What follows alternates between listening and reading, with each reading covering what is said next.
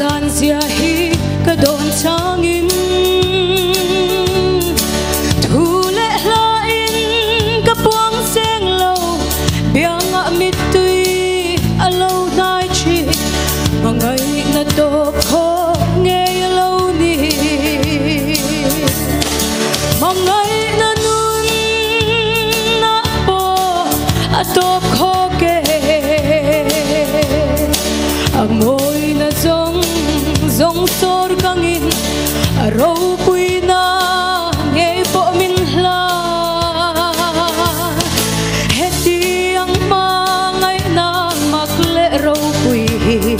ka thei na zong in ka puang nga thi theng po in ka zui zelang ro pui na zong ngay tu le le van thil eng kim siam tu kha saruak maya lo piang chuakin saruak main fam ma chang ta ke mi swal dam na tur lo ni hallelujah mangai na nun na po atop kho ke amoy na zong sor kangin aro pui na ngei po min hla heti ang mangai na makle ro pui ka thei na zong in ka puang nga thi theng po in ka zui zelang pathian ni na nei reng ma se mishing te ang tau alo piangin boy ang aron in ngai to min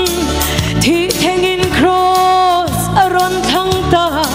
ke mi swal dam na tur alo ni hallelujah amen mangai na nun na po atop kho ke hallelujah amoy na zong sor kangin aro pui na ngei po min hla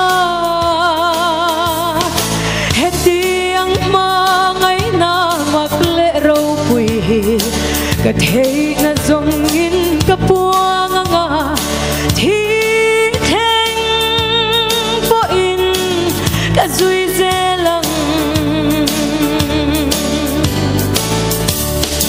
dam lo te po ti dam tu le mit thi te nge po kai thau tu kha ma ni in ti dam tu lovin thi theng in cross alo chel ta ke mi swal dam na tur alo ni mangai na nun na po atop kho ke hallelujah amoy na zong sor kangin aro pui na ngei po min hla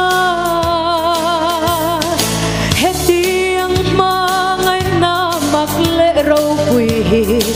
ka thei na zong in ka puang nga thi theng po in ka zui zelang Yam pui tuara arum lai pon abel mate tan po a chong chai o pa ani hingai dam ro until ti an shelo ti in mangai na a po atop kho ke hallelujah mangai na nun na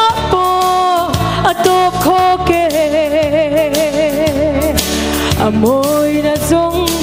zong sor kangin araw puy na ngay po minhla heti ang mangay na magle raw puy kathay na zongin kapuang nga thi theng po in kazuy zelang mangay na nun na po atop koke